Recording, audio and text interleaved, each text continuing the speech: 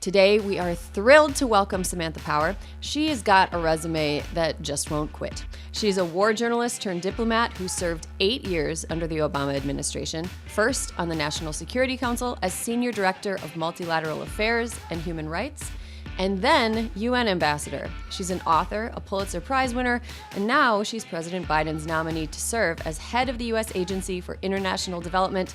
Welcome, Ambassador Power. Thank you, Erin. Well, before we get into the weeds, I want to talk holistically about your life and career. When you look back on your accomplishments, setbacks, milestones in your life, is there a single moment or experience that you remember that defined or changed your trajectory that you still hold on to now? Yes, and Alyssa will remember this well. And I don't think I've ever heard from her side of the story. But up to this particular point in my life, the highlight of my professional life was getting to work on the Obama campaign back in 2007 into 2008. And it was just incredibly inspiring and satisfying for this scrappy insurgent campaign that nobody had really expected to actually win primaries. I think they thought, oh, what a great symbolic achievement it will be for Obama to do well. And then, someday in the future, when he's more seasoned, he'll come back and maybe one day he will be president because obviously he has great promise. And instead it was so satisfying. And I'd worked on my own as a war correspondent initially and as a nonfiction writer and as a human rights activist, and even as a professor where I had students. I devised my syllabi on my own and so forth. So working on the Obama campaign was the first time I'd ever been part of a big team, and a team where all of my colleagues that I knew seemed motivated by all the right things. It just it didn't have the aura in those days of what I had associated with Washington. Everybody just sort of looking out for themselves. We really believed in this candidate and what he stood for. So it was a kind of magical time, and I had played team sports as a kid, and I was very sporty, and so it was like just back to being part of a team. And then I screwed up massively, and in retrospect really was flying too close to the sun and wasn't sleeping enough and was too kind of caught up in the campaign and probably the competition. And so I got really mad at Hillary Clinton after she took out, and not she personally, but her campaign took out an attack ad on my college classmate, Austin Goolsbee, who some of you know. And so in what I thought was an off-the-record conversation with a reporter, I said bad things about her, and those all got published, and I had to resign from the campaign. And now, why did that alter my career trajectory, given that I landed on my feet in retrospect? Well, first of all, I had no thought then that could happen, that I could recover. I had the experience of Googling myself and being told, well, maybe it won't be a big deal, including by Obama, who said, don't worry about it. We all say stupid things, but don't do it again. And then it just, I don't know why, it was like I hit a nerve at a time when the Obama and the Hillary Clinton campaign were in great tension with each other. And so I became a kind of symbol of the cattiness on my part and the kind of tensions between these two people who saw the world in many similar ways, but where there were differences that then got amplified in a tense political context. But when I got the call, it was David Axelrod who called me and said, we actually, despite Obama initially thinking just write it out, you should resign and that'll help us. When that happened, it was the first time in my life that I looked at the calendar and I had nothing in my professional life ahead. It was just blank. And I had not up to that point in my life taken much care with my personal life. And just by coincidence, I had met this guy, Cass Sunstein, who had been Obama's colleague at the University of Chicago, and we'd met on the Obama campaign just a couple months before my highly public implosion. And so in that moment of great vulnerability and with the future wide open, because I literally did not have one thing on my schedule because my whole universe was the campaign, and suddenly it was gone. My friendships were gone because people were off, doing their thing. People were nice and checked in on me, but it was so different than being on this team together. And Cass was there, and I, for the first time in my life, I allowed someone who wasn't an immediate family member to take care of me because I was almost catatonic, and I was so ashamed that I'd done this to the campaign. And I just was completely on the floor. And Cass was so good to me and so kind. And I thought things were going okay in the relationship, but that was right around the time where my antibodies normally kicked in, and I began the what my friends call the scavenger hunt for the fatal flaw. I'm sure I was days away from finding that, but instead I just kind of melted into his care and his goodness, and it was the best thing that ever happened to me. I mean, in the sense of I don't know that I ever would have had the discipline to just say, actually, my personal life matters too, not just changing the world and supporting a great candidate or trying to promote human rights in this way or that way. That my fuel now and my life comes from my family, my kids, my husband, Cass. And I just don't, we can't rewind the clock. And for so long, I just wanted to rewind the clock and wanted to undo these words and to maintain, this incredible opportunity that I had on this amazing team and be part of the whole journey that Alyssa and others were part of. And I wanted to go back in time, but now it was like a sort of knockdown blow, which proves that you can bounce back also professionally if you're willing to swallow your pride and your dignity and other things along the way. But also just sometimes it takes an artificial meteor almost to get you to kind of right the balance in your life. And as a woman, professional woman, like the idea of admitting vulnerability or admitting I needed help, that wasn't high on my to-do list until it was imposed on me by real world events and by my own stupidity. Well, Sam, that is so one. I think the interesting thing is I don't know if it's naivete or if it is that we were young or what. But I mean, worth mentioning, I actually didn't meet you on the campaign. I'd known you since 2005. Oh, no, of course, yes. When Barack Obama came into the U.S. Senate, one of the first people he wanted to meet with after he was appointed to the Foreign Relations Committee was you. Except he didn't say Samantha Power. He said Susan Power. And I was like, you mean Susan Powder? Like inspirational wackadoo? Oh man, you didn't tell me this before. This would have been perfect for the education of an idealist. Like this was the perfect way of. And so I came back to him and I was like, is this who you want me to find? And he's like, literally the face, that he gets. Yeah. You're the stupidest person right now. And he was like, Samantha Power, Pulitzer Prize winner. I was like, okay, sorry. And so we had known each other. And we lived near each other on Capitol Hill. So I used to see you on your green bike all the time on the way to and from work.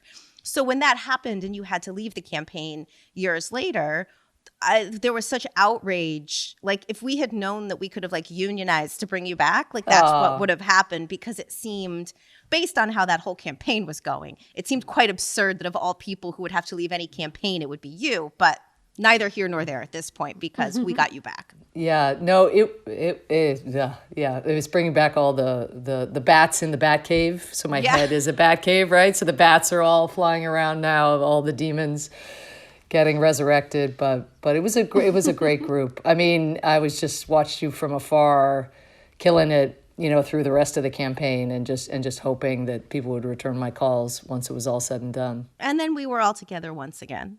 But one of the reasons that Barack Obama did want to talk to you back then in 2005 was because of all the work that you had been doing. You started your career as a war correspondent covering the Yugoslav wars in the 1990s before coming into government. How did that experience inform your future career path? And also, what inspired you to transition from covering stories to changing stories?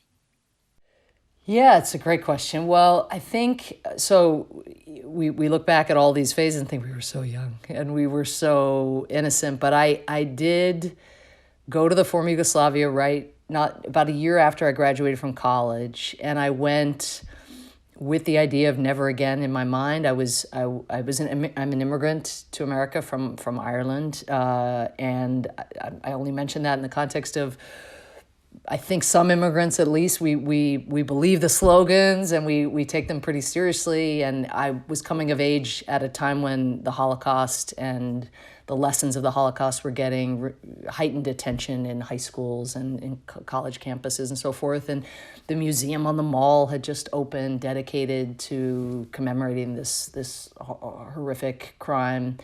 And yet there was Bosnia and women being hauled into rape camps and men in not death camps like Auschwitz, but concentration camps where many of them were executed and so forth. And so I went over there, saying, this is so inconsistent, shocked that people in Washington and elsewhere could be inconsistent. And I think my experience on the ground, first of all, I made friendships with particularly the young female correspondents. Many people were drawn to that conflict for the same reason. Just really, the Cold War had just ended and there was a feeling of such promise. And it was like, wait, why is ethnic cleansing happening? And why aren't people doing something about this?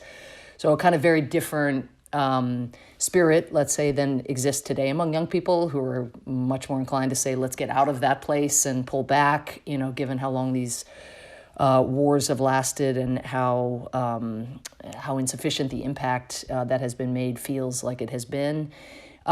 So I think on the ground, probably what I got were those female friendships. They were all years later, 20 years later, would become maids of honor and bridesmaids in my wedding and so forth. I think learning to write, but not just to write, to try to bridge the distance between two radically different experiences, that of my readers back in the United States and that of people who were being shelled or sniped at because of their religion or their ethnicity, and just always kind of having that eye. And you're great at this, both of you, but Alyssa, I saw you do this at the White House, is just thinking about your audience and then, okay, how do we put this in language that is going to resonate for people who aren't here? They're not living our political constraints, or in the case of Bosnia, they don't know what it's like to send your kid off to school and not know if that child is going to come back home. Needless to say, some Americans do have that fear, but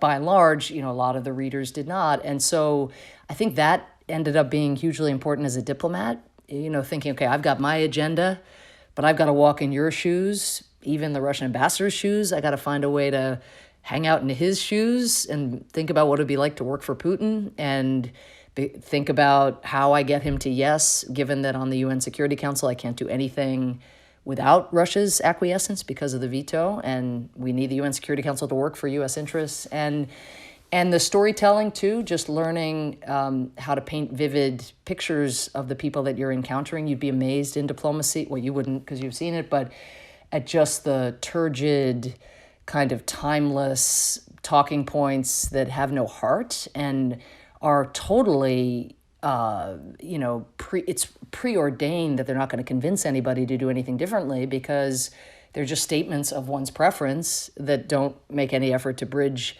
distances and that don't, open up the fact that we actually have a fair amount in common, even if we work for governments that are at loggerheads. We're mothers, let's say, or we're baseball fans or basketball fans, or we're immigrants to our country, looking for those sort of common circles of overlap, let's say, with people with whom we disagree. I think that training as a writer and just, again, trying to make incommensurate worlds connect in some way, I think is actually really, really helpful in politics and in geopolitics.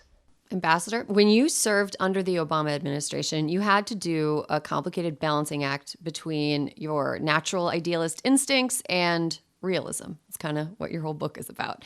When it comes to handling high-stakes foreign policy issues or just one's personal life, when is the best time to lean into your idealistic side?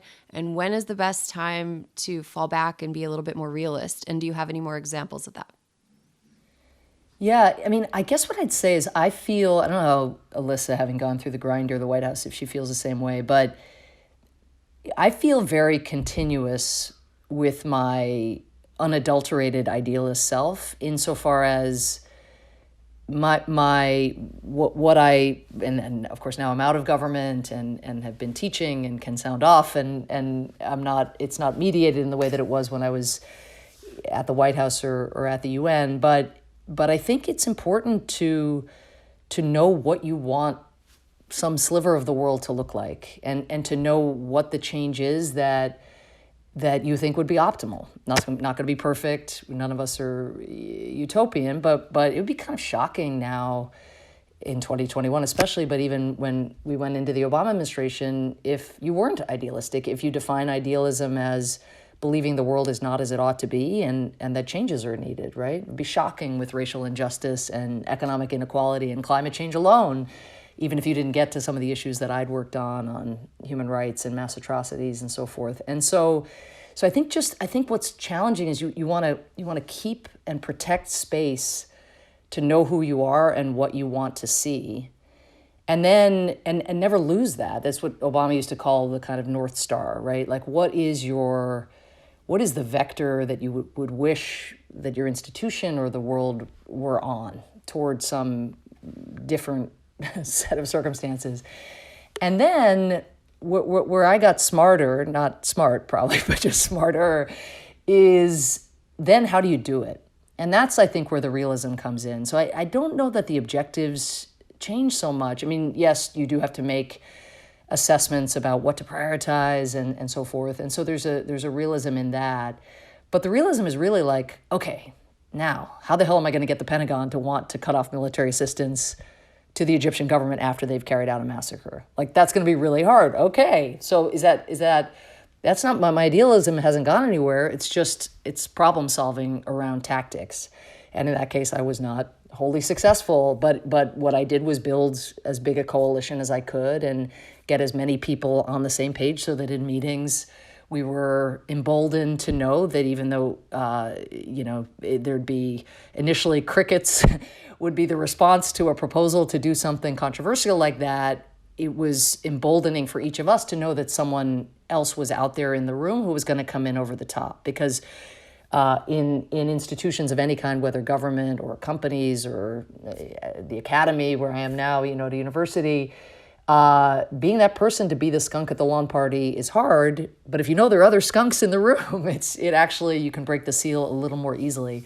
So it's, and then when you lose, which happens, I think it would be a loss if the disappointment was discounted by realism, if you know what I mean. Like, I think because then you don't get back up and think the next time there's a moment of opportunity, or when you see on the Hill that something might be brewing, on Capitol Hill that might be brewing that might actually help your cause. If you're kind of like, yeah, I sort of expected that. Like, it is the military, the Egyptian military after all, of course that was going to be challenging. And so I think to live the disappointment and to continue to feel, of course you get a little bit jaded at the edges, or if you tried and failed a few times, you may be less likely to kind of push the boulder up the hill again. But it is, I think, tactical realism about coalition building, about how to frame what you're doing in terms that will be appealing to people who don't share your background, right? Who've got different priorities and so forth, but try to step into their shoes and think, okay, well, how if I were to get them to come onto my side of this issue, what is it on their agenda that I can maybe play with here? And so I think that's on reflection, kind of how the idealism and realism come together, rather than the more traditional story, which is, I went in believing we could do big things, and then learned that life was brutish, nasty, and short, or whatever. I came out of 8 years in the Obama administration, having been just privileged to be a part of his, negotiating the Paris Agreement, securing the Iran nuclear deal so we wouldn't have war with Iran, mobilizing a big global coalition to end the Ebola epidemic,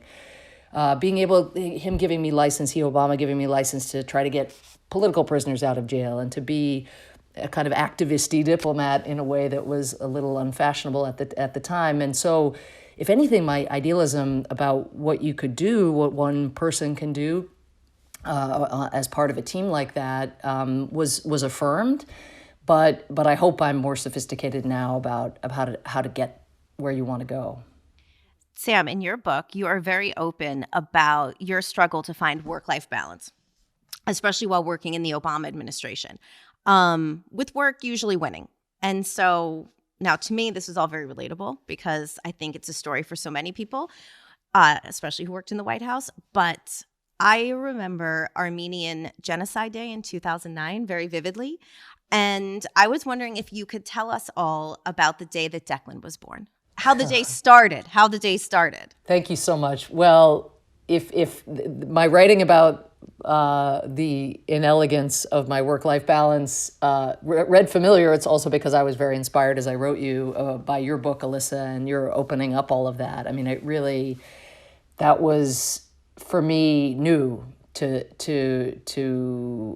share some of the internal struggles that we have as we juggle far too much imperfectly, and so you really blazed a trail there. I thought with your first memoir really had an impact on me.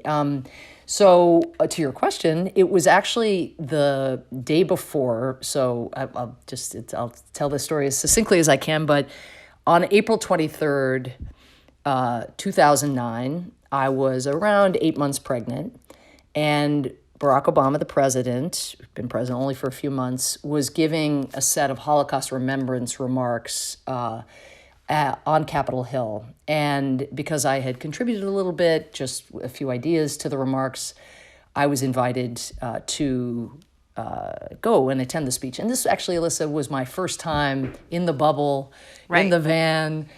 Sarah Hurwitz, one of Obama's speechwriters, invited me and got me a seat. And I'm sure you facilitated it from the cockpit in the Oval or near the Oval. But bottom line is, I'm so excited I get to go to the speech, but my heart is kind of breaking because in the week previous, I had lost the debate to have Obama fulfill a promise he'd made on the campaign to recognize the Armenian genocide. And because my first book had been about American response to genocide, I'd written about the Armenian genocide, and because I'd promised the Armenian American community, who really campaigned hard for Obama, that he would recognize, I also knew that I was going to have the task of telling them that this was not going to happen because of the relationship with Turkey and a fear that as we got our troops out of Iraq, we could, destabilize a region for the sake of something that to some could be viewed as a symbolic recognition. To me, seems like telling the truth, and it's not symbolic to tell the truth. But nonetheless, that was the argument on the other side which prevailed. So the challenge was, as happens often in government, is you often are fighting these fights over paper or over email, and you don't actually have the chance to make the case to the person that you think is actually most likely to agree with you, which in this case was Barack Obama. And so I had been on the campaign before I had to leave the campaign, and I had been in email touch with Obama before he became president many times a day, as you were, Alyssa. And then suddenly I don't have his email. There are all these layers. I can't just walk into the Oval. I certainly don't have walk-in privileges. I'm a mid-level staffer, lucky to have a job after the whole controversy in the campaign. And so I just don't have a way of talking to him. And so it's a fait accompli. The decision is made. And I think, oh, darn, he's breaking his promise. And I wonder if anybody's even talked to him about it. You just never know, really, in terms of how these things work. So I went to hear the remarks, having lost my first big defeat on a human rights-related issue. And I end up everybody takes their seats, and I end up in kind of limbo because I'm deciding, do I sit, do I stand? I'm a staffer, so I should stand, but I'm very pregnant, so maybe they'll let me sit. And so I equivocate for too long, and I don't understand the bubble and how in the bubble you cannot equivocate or you get left behind. And so I got left behind, and a security guard came up and was going to actually forcibly remove me from this area in the Capitol because they thought I was like some kind of vagabond or something. And next thing I hear, my friend, who happens now suddenly to be the president, who I haven't really been in touch with since he became president and took the oath, saying, hey, she's with me, leave her alone. And so instead of thinking, what a great coincidence and what a nice chance to say hello and find out how he's doing, the light bulb goes off in my mind. I'm like, Armenian genocide. This is my chance. I've lost the debate. Let me now raise this issue with him. And unfortunately, he had left his version of the bubble, which is a much more sacred bubble than the one I was in, to use the restroom. And so he's like trying to go into the restroom, and he just sort of idly, hoping he can just check the box and move on, hey, how you doing? And like makes a comment about, my tummy and, how I look good, 8 months in, and asking about my due date and Cass, my husband. And so he's trying to have like nice little social, friendly. And so when he says, how are you doing? I said, not so good. He's like, why? Is everything okay? I'm really worried about the Armenians. And his face, just like the rage, and it was so inappropriate. I mean, I just didn't know what was appropriate and what was inappropriate. But bottom line is, when and this is true of all of us, when we feel bad about something, we're like way less nice, right? Like if he actually was totally sold on the course of action that we were pursuing, he'd have been, I think, very kind of low key, but he knew that this was a really tough one, and that there were people who were going to be really disappointed, and he felt terrible about it. And so because I raised it, ended up being the recipient of some of that frustration and a little bit of defensiveness. So we had the least pleasant conversation of our time knowing each other. And what I realized a couple hours later, I didn't notice at the time because I knew nothing about babies, and I thought from the movies that when your water breaks, it's like some gushing thing that happens. So I didn't really take it amiss that as I was listening to his remarks, I was feeling a little off, and I thought I was just upset because I was kind of crying about what had happened. And instead, so I was sort of like crying, and yet also like felt like, was it extra humid? What was actually happening? Anyway, it turned out my water had broken. And I didn't realize it because it was just in a more gradual way than in the movies. And so, but within a few hours when I got back to the White House, I thought I should probably call just in case. And so I told him I'm feeling like a little moist, something might be good. And they're like, get your ass over to Sibley Hospital immediately. And so I was admitted that night, and my water had broken, whether in this conversation or in the seat as I listened to him commemorate the Holocaust in his remarks. And as a result of all this, thank you for asking, Alyssa, my son Declan was born about a month early, but on Armenian Genocide Remembrance Day, which was the next day, April 24th.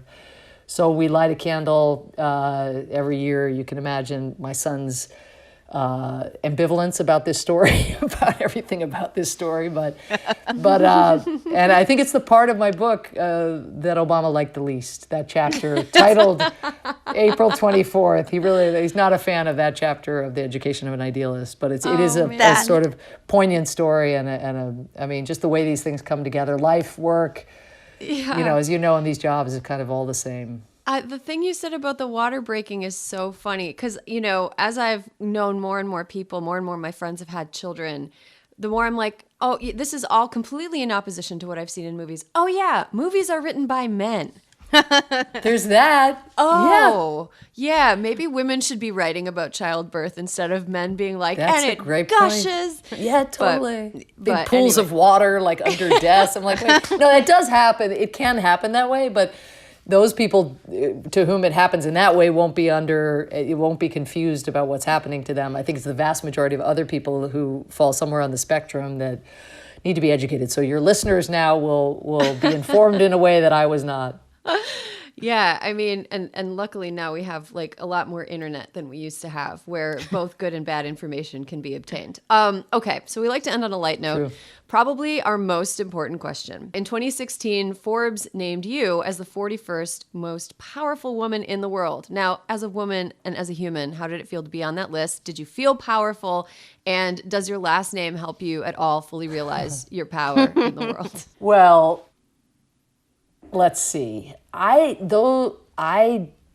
don't think that one in government even though that there's an aspiration that everybody has to be more impactful and thus to amass power in order to pursue what one is there to do, I don't know anybody who actually feels powerful in government, if you know what I mean. Like, I think you're just, and I think this extends to the president, is that you're just, the salience of the constraints is so great. So, I think it was, really challenging for The president, for example, everybody thinks the president's going to close Guantanamo Bay. That was one of my objectives as a longtime Obama supporter and staffer. And everybody blames Obama because he didn't close Guantanamo Bay, which makes perfect sense. He's the president. He's the commander-in-chief. But the Congress wrote into our appropriations bills that we couldn't bring any of the prisoners in Guantanamo to the United States, and we couldn't pay for that. And that's just an example of the president feeling a constraint, and yet, things being ascribed to you. And so I felt that way on Syria, especially. I had written so much about mass atrocities and how the United States should be really responsive and open the toolbox and be very creative. And 500,000 people were killed in Syria. So there was a tinniness to any time somebody would approach me on a list or an award or this. I just, oh God, really? And I will say, and Alyssa, you were probably there. I only heard about it later, but when Obama, the whatever about the Forbes list or this list, Obama got the Nobel Prize. I was right. There. Obama got the biggest news of all, and I bet that was one of the low points of his presidency in terms of you know what I mean? Because it's no, people already had all these expectations, and now they don't know what it's like working with Mitch McConnell. It's hard, and it was Sam, so early. His response was I saw him first thing in the morning, and I was like, so the Nobel Prize. He's like, wild. Well, that's actually not very negative, at least. That's kind of it's an out-of-body experience almost. He's just floating and things are happening to him. But yeah, it's just, Erin, to your question, it's you so want to get things done in the short period you have. And I actually think, having had 4 years of Trump, the people in the current administration must be in just more of a hurry, right? Because to institutionalize and lock things down and make sure that nobody else can come around in the future and take it down. And so that makes you just very focused on the real world scoreboard, rather than the lists and frills and so forth. At least that was my reaction. I was kind of oh no, now they think they're going to point to the discrepancy between my power and what I'm actually able to do on a given day. But well, one of your kids is 11 now, so they're getting into the sassy age. Have they yet been how can the 41st most powerful woman in the world, 2016, not help me with my algebra homework that I have to do? Have they used that against you? There is a little bit of you're gonna go be a member of the National Security Council and be seeing Joe Biden, but you still haven't really graduated from toast and scrambled eggs, for the family. This was going to be the time, this 4 years off from being in government, at least, was going to be the time where I, learned the guitar, was perfect mom, compensated for all my time away. And so I'm getting a lot of, here we go again. And where did the last, where's the new mom skill set that was going to get, the card, that was my big thing, was after 8 years of being in the Obama administration, I was I'm going to make a damn Christmas card. my children, at some point in their lives, they are going to be captured looking angelic. I'm going to find that moment, in a week where they have an angelic look. And here we are heading into Senate confirmation processes, and I still haven't made a damn Christmas card or holiday card.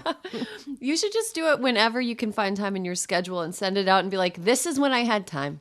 Yeah. It is it's an August card. Believe me, I've had on my to-do list has been Valentine's Day, St. Patrick's Day, Easter, July 4th, and somehow those dates have come and gone. But you're right, it can be just Wednesday. Yeah, Wednesday happy card. Wednesday to all my friends and family. Look at my beautiful family. Ambassador Power, thank you so much. This was a lot of fun. Samantha Power's memoir, The Education of an Idealist, is now out in paperback. You got to come back and see us again sometime. I'd love to. I'd love to. You guys are the best. Thank you, and I love listening. Thank you. So thank you. Thank you.